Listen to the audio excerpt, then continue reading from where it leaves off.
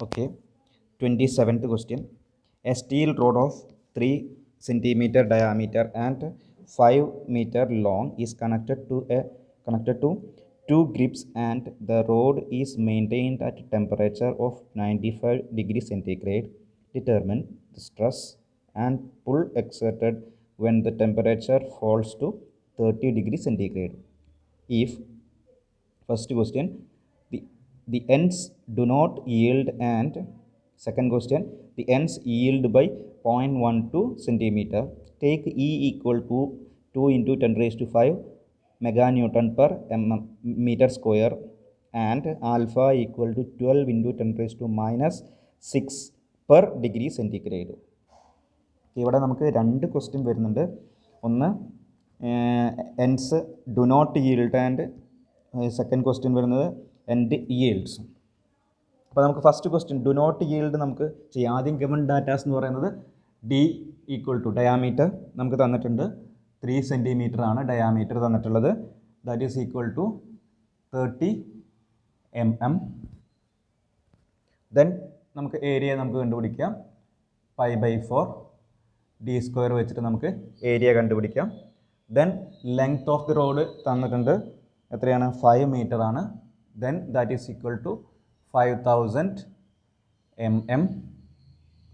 Then initial temperature T1 equal to എത്രയാണ് തന്നിട്ടുള്ളത്? 95 degree centigrade ആണ്.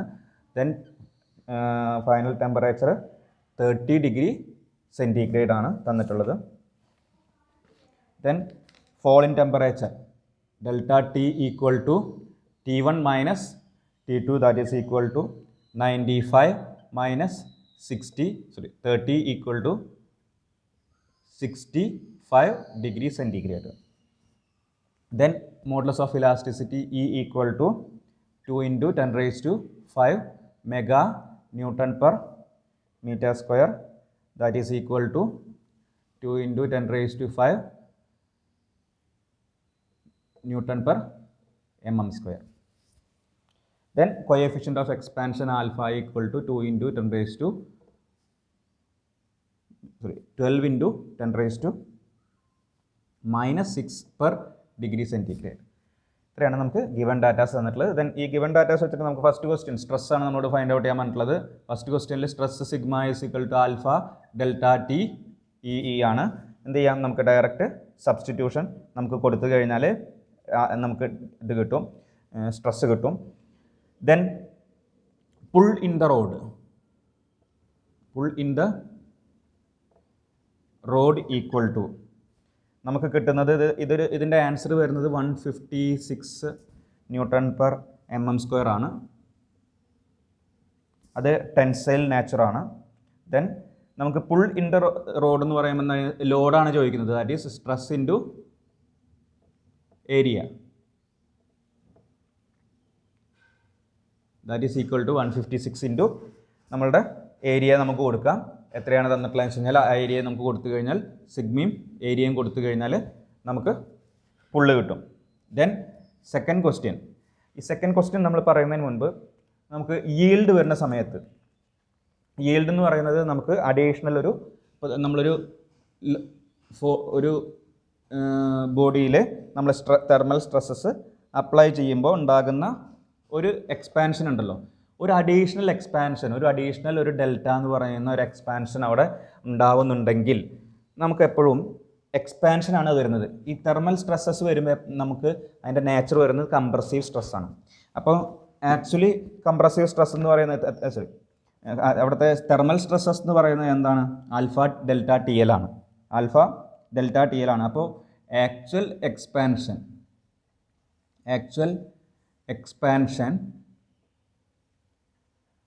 എന്ന് പറയുന്നത് ആൽഫ ഡെൽറ്റ ടി എൽ. പിന്നെ എന്തുണ്ട്? ഒരു അഡീഷണൽ yield കൂടി ഉണ്ട്. ആ അഡീഷണൽ yield വരുന്നത് ടെൻസൈൽ നേച്ചർ ആയതുകൊണ്ട് മൈനസ് ഡെൽറ്റ, കാരണം ഇത് കംപ്രസീവ് ആണ്. അപ്പം എന്ത് ചെയ്തു? നമ്മൾ അതിൻ്റെ ഓപ്പോസിറ്റ് ആയിട്ട് മൈനസ് ഡെൽറ്റ നമ്മൾ കൊടുക്കണം. അപ്പോൾ ആക്ച്വൽ എക്സ്പാൻഷൻ എന്ന് പറയുന്നത് എന്തായിരിക്കും? ഈ ഒരു ടേം ആയിരിക്കും, alpha delta T L minus delta. എത്രയാണോ yield ചെയ്തിട്ടുള്ളത് ആ yield ചെയ്തിട്ടുള്ള വാല്യൂ ആണ് ഡെൽറ്റ എന്ന് പറയുന്നത്. ഓക്കെ, ദെൻ അങ്ങനെയാണെന്നുണ്ടെങ്കിൽ നമുക്ക് എന്ത് പറയാം, ഇവിടുത്തെ കേസിൽ നമുക്ക് സ്ട്രെസ് ഇവിടുത്തെ ഡെൽറ്റ നമുക്ക് തന്നിട്ടുണ്ട്. ഡെൽറ്റ ഈക്വൽ ടു 0.12 mm ആണെന്ന് തന്നിട്ട്, സെൻറ്റിമീറ്റർ ആണ് തന്നിട്ടുണ്ട്.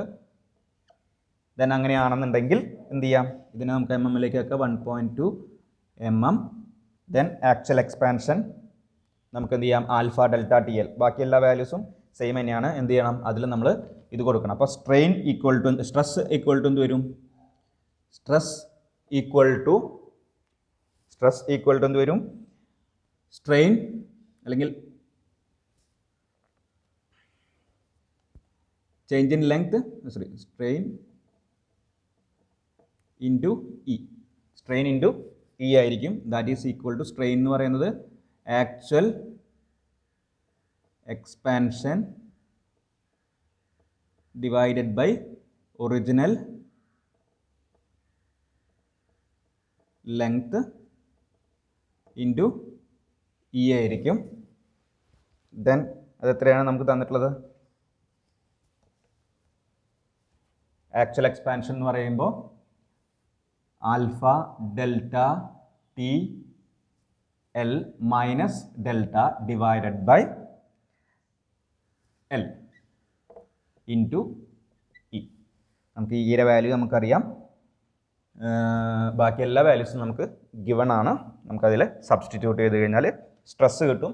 ദെൻ സിമിലർലി നമ്മൾ നേരത്തെ ചെയ്ത പോലെ pull in the rod equal to stress into area. Stress കിട്ടിക്കഴിഞ്ഞാൽ pull into area, stress into area ചെയ്ത് കഴിഞ്ഞാൽ നമുക്ക് പുള്ളും കൂടി കിട്ടും. Pull equal to stress into area.